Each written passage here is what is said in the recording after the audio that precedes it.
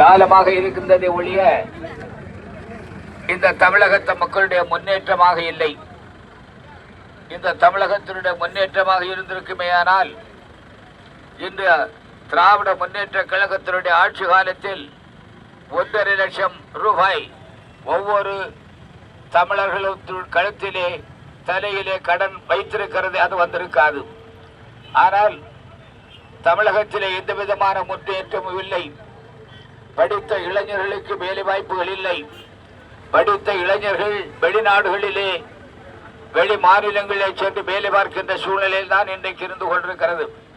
அதற்கு அடிப்படையாக இவர்கள் சொல்லுகிறார்கள், ஒப்பந்தம் போட்டிருக்கிறோம், புரிந்துணர்வு செய்திருக்கிறோம் என்று சொல்லுகிறார்களே ஒழிய அவைகளிலே கமிஷனும் அவைகளில் லஞ்சம் ஊழல் இருக்கின்ற காரணத்தினால் தமிழகத்திற்கு வர வேண்டிய பல தொழிற்சாலைகள் வேறு மாநிலங்களுக்கெல்லாம் சென்று இருக்கிறது. இதனால் தமிழகத்தினுடைய இளைஞர்களுக்கு வேலை வாய்ப்பு இல்லாத நிலை இருந்து கொண்டிருக்கிறது. இந்த சூழ்நிலையிலே தான் தமிழகத்தினுடைய ஆட்சி கட்டிலே இருப்பவர்கள் ஒரு குடும்பத்தினுடைய ஆட்சியை கலைஞர் கருணாநிதிக்கு பின்னாலே திராவிட முன்னேற்ற கழகத்தினுடைய இன்றைய முதல்வருடைய ஆட்சி, அதற்கு பின்னாலே அவருடைய மகன் உதயாநிதி துணை முதல்வர், இப்படியாக ஒரு குடும்பத்தினுடைய ஆட்சியை தமிழகத்தின் மக்கள் மீது ஒரு ஜமைந்தார் போல, ஒரு முடிசூடா மன்னர் போல அவர்கள் குடும்ப பாரம்பரிய ஒரு ஆட்சியை தமிழகத்திலே உருவாக்கி கொண்டிருக்கிறார்கள். இந்த தமிழகத்தில் ஏற்படுத்திக் கொண்டிருக்கக்கூடிய இந்த குடும்ப ஆட்சியை மாற்றுவதற்காக தமிழகத்து மக்கள் இன்றைக்கு தயாராகி கொண்டிருக்கிறார்கள். எல்லா நிலைகளிலும் பார்க்க போனால் சட்ட ஒழுங்கு பொறுத்த வரைக்கும் எந்த அளவுக்கு அதிகமான கொலைகளும் கொள்ளைகளும் கற்பழிப்புகளும் நடைபெற்றுக் கொண்டிருக்கிறது. தினம் தினம் பார்க்க போனால் பத்திரிகைகளிலே டிவிகளிலே பார்த்தால் கொலைகள் இல்லாத நாளே இல்லாத அளவிற்கு தமிழகத்திலே சட்ட ஒழுங்குகள் இல்லை.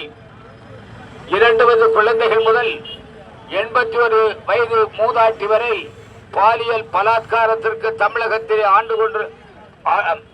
பாலியல் பலாத்காரத்திற்கு ஆட்பட்டுக் கொண்டிருக்கிறது என்று சொன்னால் அதற்கு திராவிட முன்னேற்ற கழகத்தினுடைய ஆட்சிதான் காரணம். தமிழகத்திலே பரவலாக கிடைக்கின்ற கஞ்சாவும் போதைப் பொருள்களும் போன்ற போதைப் பொருள்களும் சின்னஞ்சிறிய குழந்தைகள் கையிலே 5வது 6வது வகுப்பு மாணவர்கள் கையிலே கிடைக்கின்ற காரணத்தினால் அந்த மாணவர்கள் மதுவுக்கும் போதைப் பொருளுக்கு அடிமைப்பட்டு தவறான வழிகளிலே செல்லுகின்ற ஒரு சூழ்நிலை வருகிறது. கையாலாகாத திராவிட முன்னேற்ற கழகத்தினுடைய அரசு ஒரு நல்லதொரு அரசாக இருந்திருக்கவையானால் கஞ்சா எங்கே இருந்து வருகிறது, பத்தமேன் எங்கே இருந்து வருகிறது என்பதை கண்டுபிடித்து அந்த ஊற்று சுனைகளை எல்லாம் அடைத்திருப்பார்கள். ஆனால் அவைகளுக்கு பின்னாலே திராவிட முன்னேற்ற கழகம் இருக்கிறது.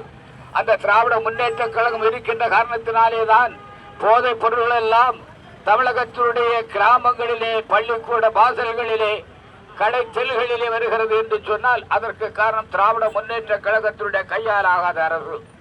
சரியான நடவடிக்கைகள் எடுப்பதற்கு அவர்கள் தயாராக இருந்தால் அந்த ஊற்று கண்ணாக இருக்கின்ற திராவிட முன்னேற்ற கழகத்தின் சாரை அவர்கள் கைது செய்வது நடவடிக்கை எடுத்திருப்பதாக இருந்தால் தமிழகத்திலே இன்றைக்கு மாணவர்கள் சீரழிந்திருக்க மாட்டார்கள், கற்பழிப்புகள் நடைபெற்றிருக்காது. இதற்கு காரணம் எல்லாம் திராவிட முன்னேற்ற கழகத்தினுடைய அரசு என்பதால் இந்த அரசு மாற்றப்பட வேண்டும். அவர்கள் சொல்லுகிறார்கள், அவர்கள் சொன்னவைகளை எதையுமே செய்யவில்லை, ஆனால் இப்பொழுதும் மறுபடியும் சொல்லுகிறார்கள். இப்படியாக ஒன்றுமே செய்ய இயலாத அரசு, விலைவாசியை கட்டுப்படுத்த முடியாத அரசு, ஒரு குடும்பத்தினுடைய பாரம்பரிய அரசை தமிழகத்து மக்கள் மத்தியிலே நிலைநிறுத்த பார்க்கின்ற அரசு உடனடியாக ஒழிக்கப்பட வேண்டும் என்று மக்கள் விரும்புகிறார்கள். திராவிட முன்னேற்ற கழகத்திற்கு எதிரான ஒரு அலை இன்றைக்கு தமிழகத்திலே வீசிக்கொண்டிருக்கிறது. பாரதிய ஜனதா கட்சி, அகில இந்திய அண்ணா திராவிட முன்னேற்ற கழகம், பாட்டாளி மக்கள் கட்சி, தமிழ் மாநில காங்கிரஸ் போன்ற கட்சிகள் எல்லாம் ஒன்றாக இணைந்து தேசிய ஜனநாயக கூட்டணி உருவாக்கி தமிழகத்திலே அகில இந்திய அண்ணா திராவிட முன்னேற்ற கழகத்தினுடைய தலைமையிலே இன்றைக்கு போட்டியிட்டுக் கொண்டிருக்கிறோம். இந்த போட்டியின் சார்பிலே நிச்சயமாக ஒரு ஆட்சி மாற்றம் வரை இருக்கிறது. திராவிட முன்னேற்ற கழகம் தோற்கடிக்கப்படுகிறது. திராவிட முன்னேற்ற கழகத்தினுடைய ஆட்சி அப்புறப்படுத்தப்பட இருக்கிறது.